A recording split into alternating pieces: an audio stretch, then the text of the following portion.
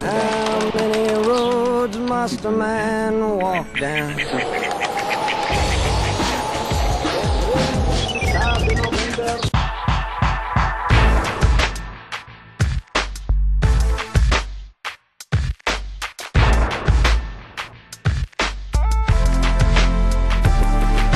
A lot of what makes us great at startups makes us bad at big companies. For instance, we like to improvise, we don't like to plan. We like to have very unhierarchical companies, very flat companies, and we're not great at big organization of big things. There are a lot of countries where they're very good at making very big companies.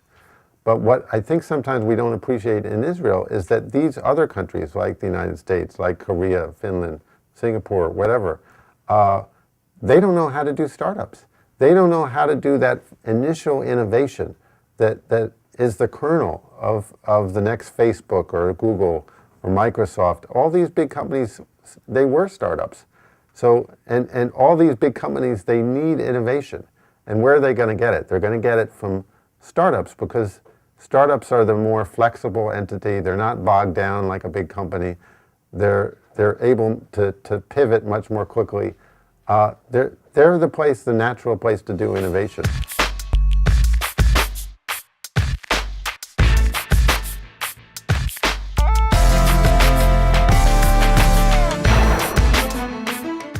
Israel is a work in progress.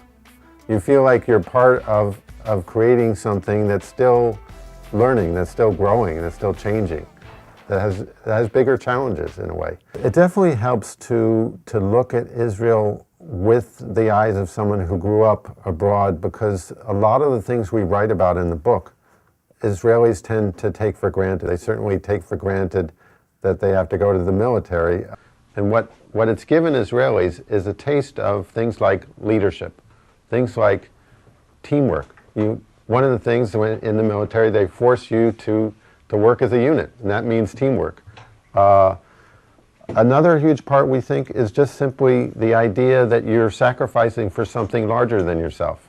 I mean, that is not something you necessarily get in school, you don't necessarily get it in business, and yet it's very important for doing startups, because you need to have a sense of mission, and that it affects the culture and turns the culture into a different culture than other countries. A more entrepreneurial culture, a country where there's more improvisation, more tendency to improvise, to challenge. And so I went to Finland over the email to find someone in Finland to see what they think about Israel. And it turns out they have startup envy. I found a guy named, whose name I can't fully pronounce, Antti Velopin or something, who started something called Arctic Startup. And the minute I said Israel, he said, oh, Israel, they have many more startups than we have. Their startups get 10 times as much investment per startup on average than Finnish startups. And Israeli startups exit more quickly. They turn over more quickly, which he thought was a good thing, not a bad thing.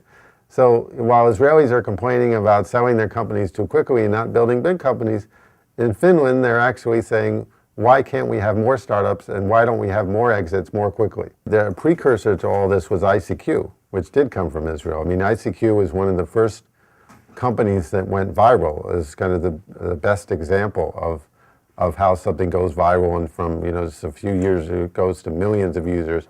And the value of it is in the numbers of users, not in any revenue. That's basically the Facebook business model, Facebook, Twitter. And ICQ was one of the first companies that did this, and was bought by AOL. And Yossi Vardi, who is a big force behind that, coined the phrase, which to me is like the slogan of the internet bubble, which is revenue is a distraction. And that was because ICQ was bought for a tremendous amount of money and had no revenue, and in fact was almost proud of it.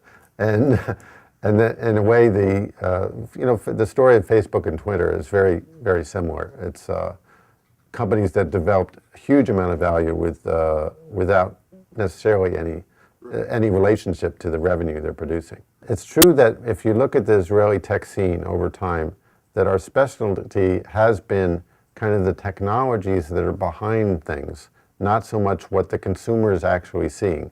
For instance, like the chips inside Intel's or inside the computers that we use, or the technology in our cell phones or in our voicemail systems or the firewalls and so on.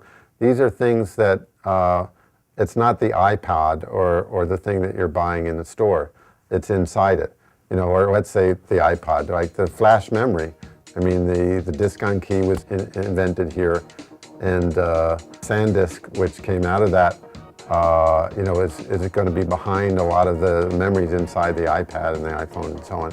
But, you know, people don't, the consumer doesn't realize this. Technology is a neutral thing. It's not, but it's the same with education, with art, with beauty. I mean, we know of societies that were very advanced in many levels and yet did awful things.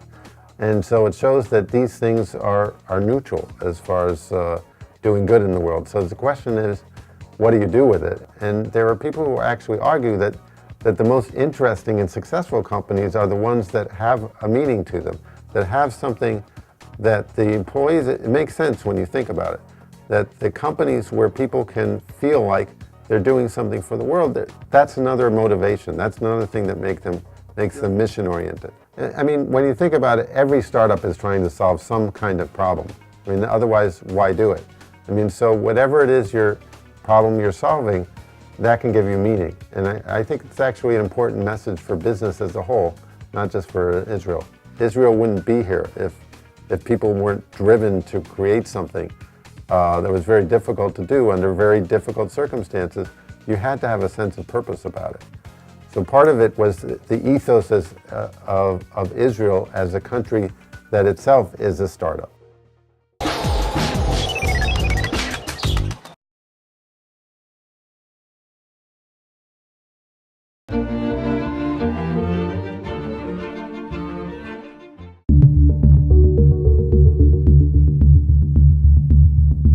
Once missiles are in the air coming at you, you have to be able to shoot them down.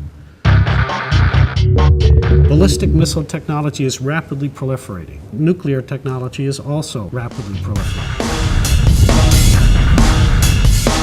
Look at the rate at which new kinds of weapon systems have been absorbed into military structures. It's always been very slow.